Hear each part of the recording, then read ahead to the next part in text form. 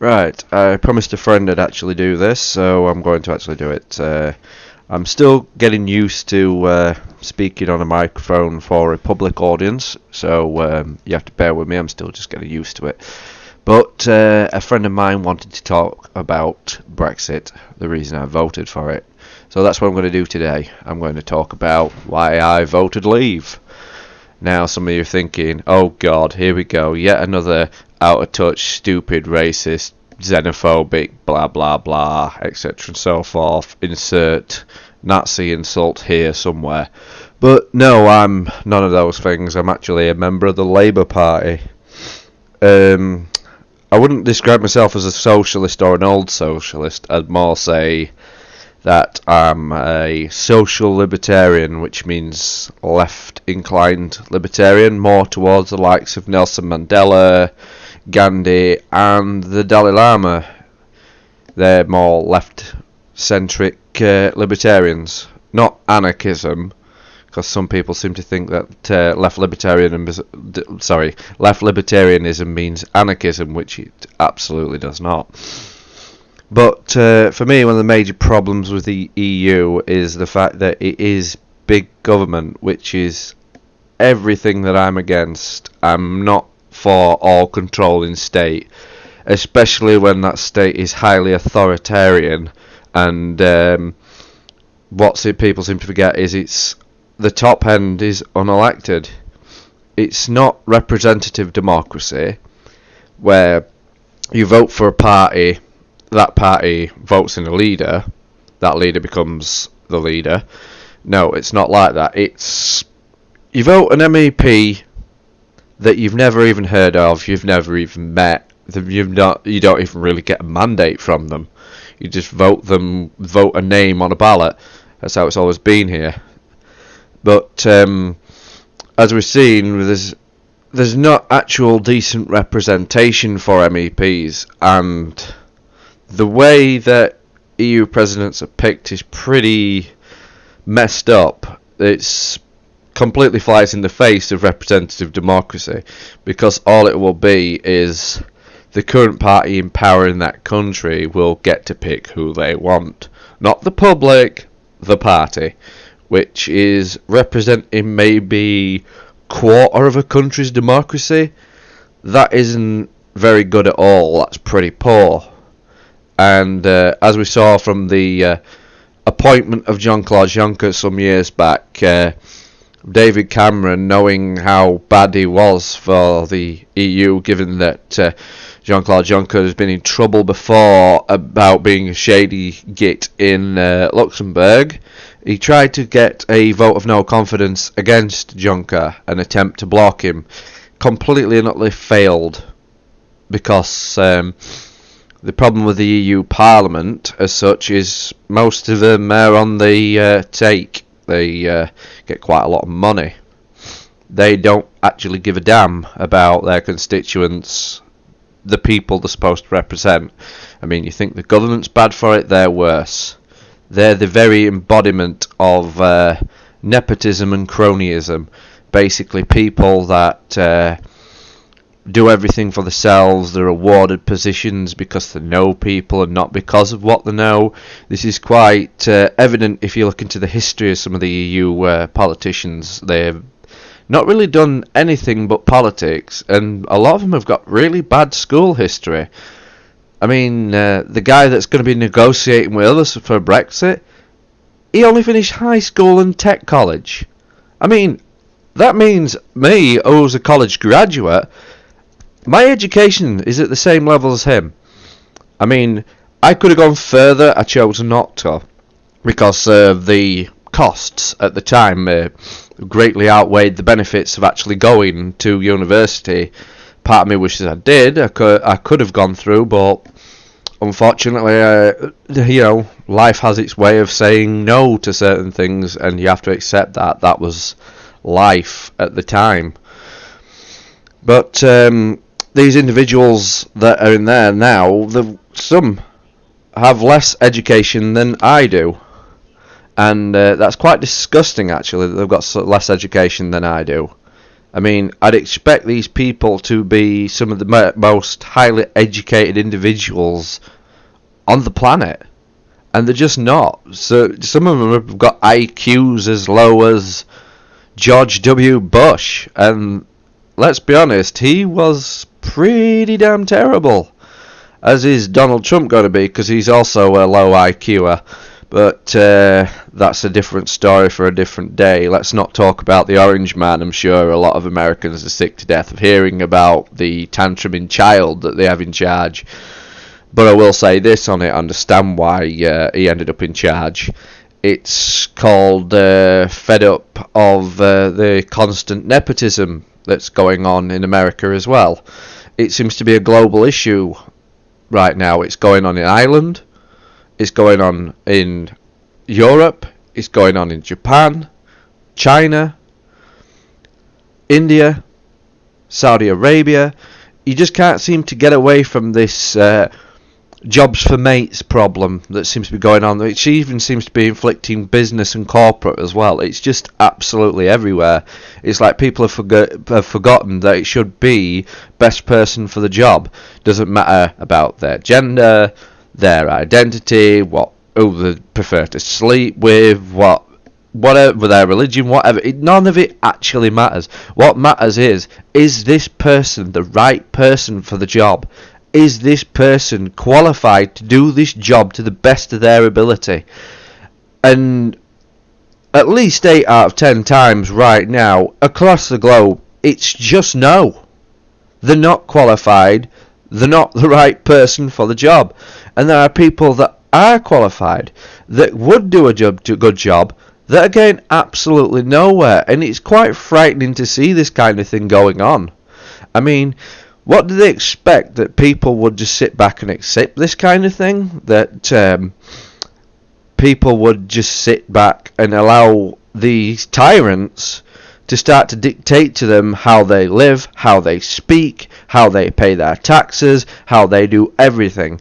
It's very much like we've just gone back about 1,000 years, and we've just starting to see the collapse of the Roman Empire again, and we're going back into the Dark Ages. Everything's gone backwards.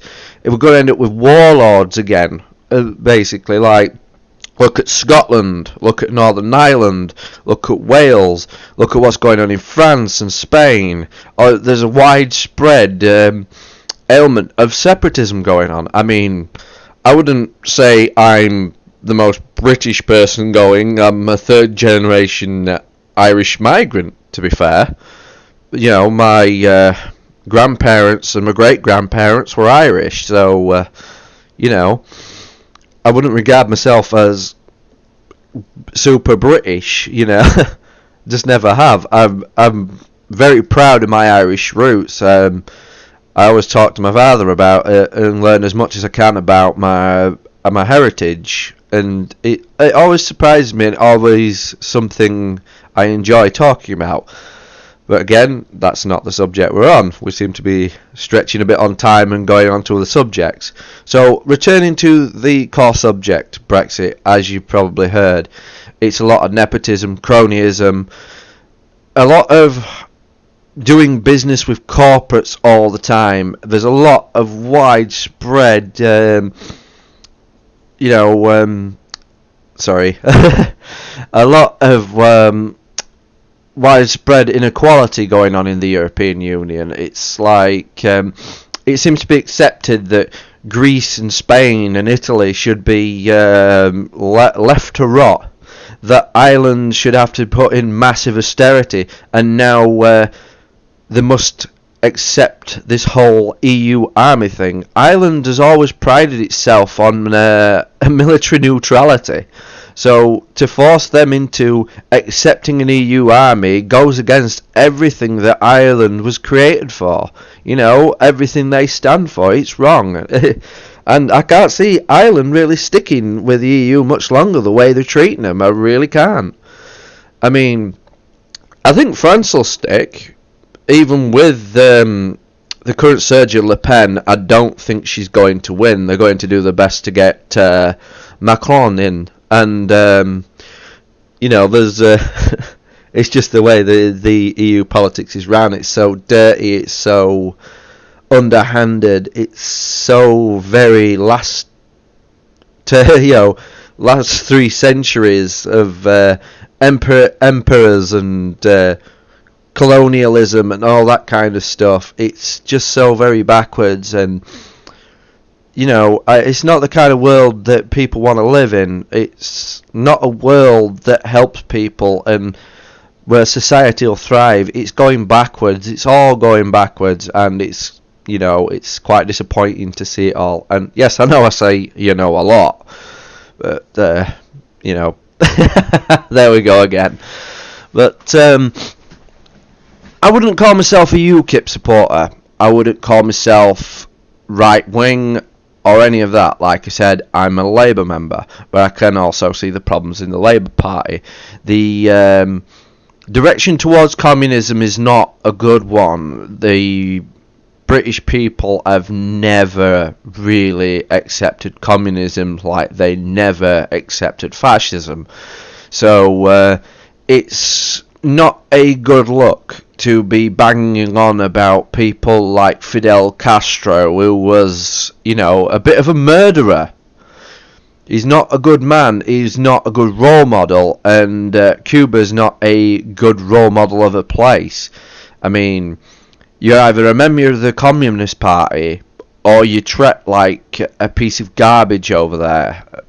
I mean, I spoke to several Polish friends that I work with about what Polish communism was like, and it says, if you were in the Communist Party, you were treated really well, but if you were absolutely against communism, they'd cut you off and leave you to die.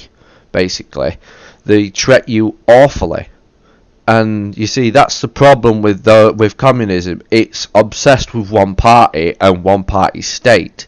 Something I don't ever want to see in my lifetime, never mind the next generation's lifetime or ever. It's a return to the 1400s, to medieval era, totalitarianism, absolute monarchy, emperors, dictators. Do we really want to go back to all that? Do we really want these kind of people in control telling us what to do, how to live? No, we don't.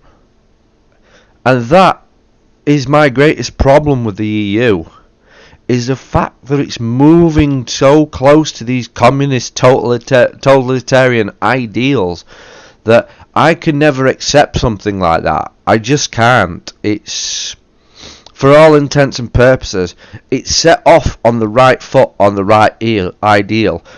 Countries working together, nations coming together for a common goal, a common idea. And while it started off well, it's the people that have come in the last 15, 20 years that have changed the way the EU's operated.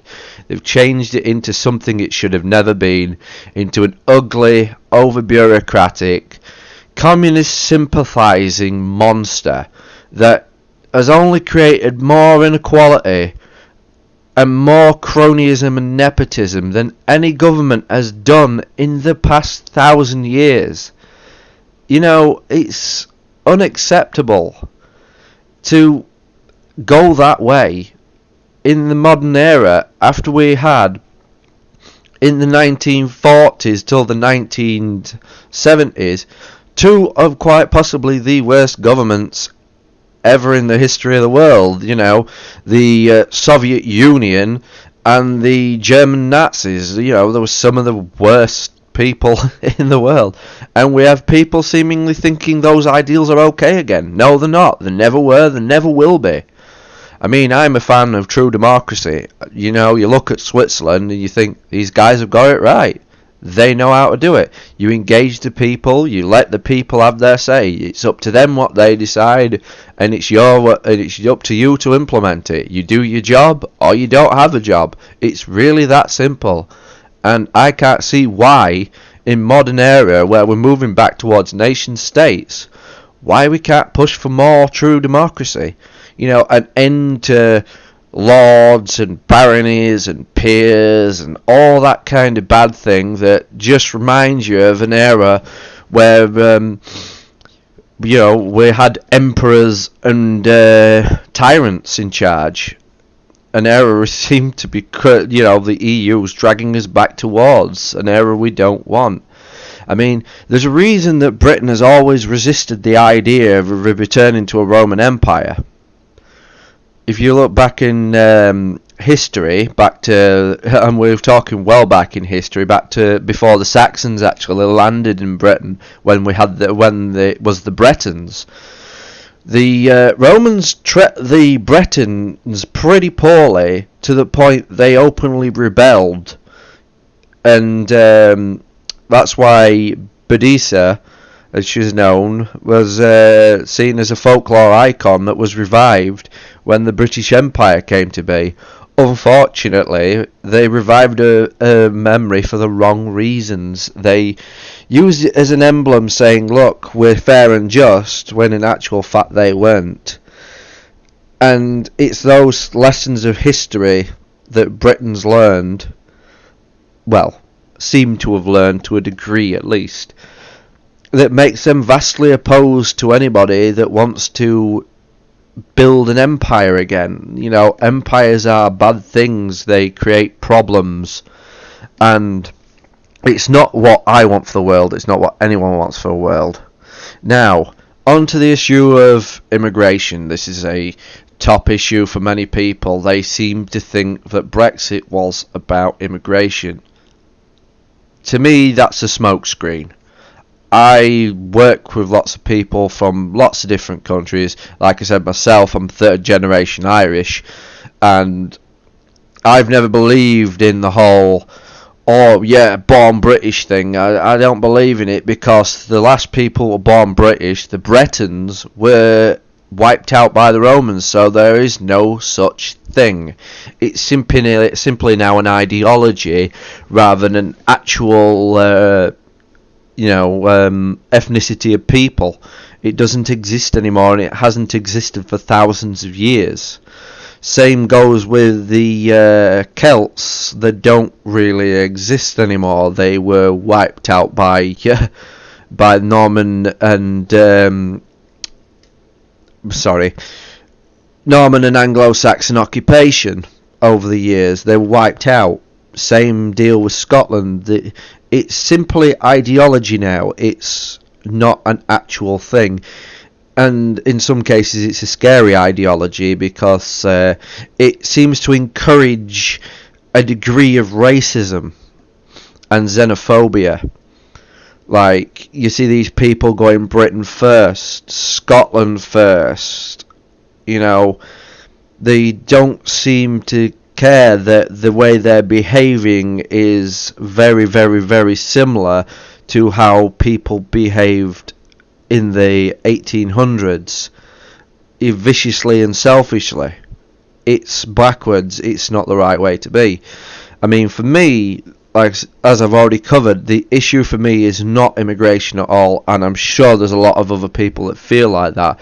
For me, anybody that comes into this country for a better life, welcome. I've no problem with that. You've come for a better life, welcome. I hope you get that better life that you want.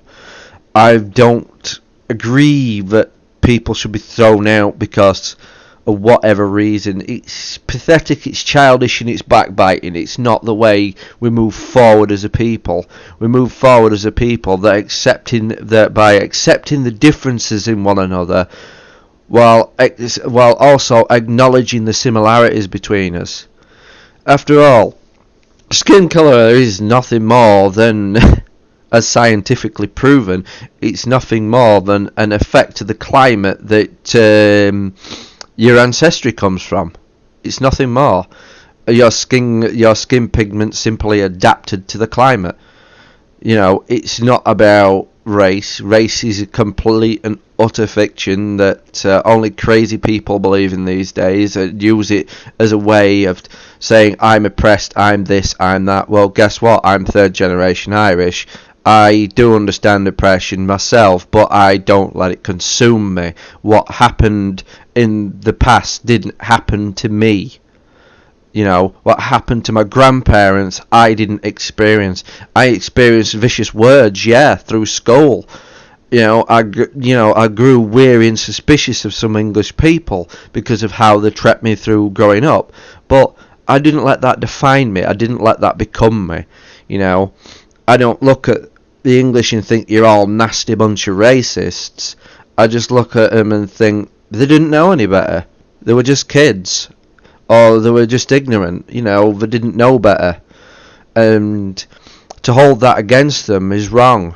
To behave like that's their fault is wrong. That's life. You have to get on with it. You can't just keep behaving like everybody hates everybody. Hate begets hate. You don't move forward until you learn to accept other people. And for me, Brexit wasn't about immigration. It was about a fight for democracy against a totalitarianism state that seems to be forming. As Mikhail Gorbachev once famously quoted, "The Soviet Union in Western clothes." That is exactly what I see when I look at the EU, when I look at people in charge of it, when I see the way they behave, how they try and overturn and basically an absolute hatred for democracy. The kind of hatred that the likes of Stalin and even Hitler held towards the Western world. It's like, you're defying your own history. The Greeks created democracy.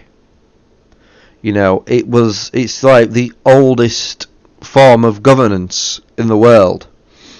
And, they seem to keep saying it's this construct of, instability and inequity. No, it's been bastardized. It's been turned that way. Look at Switzerland.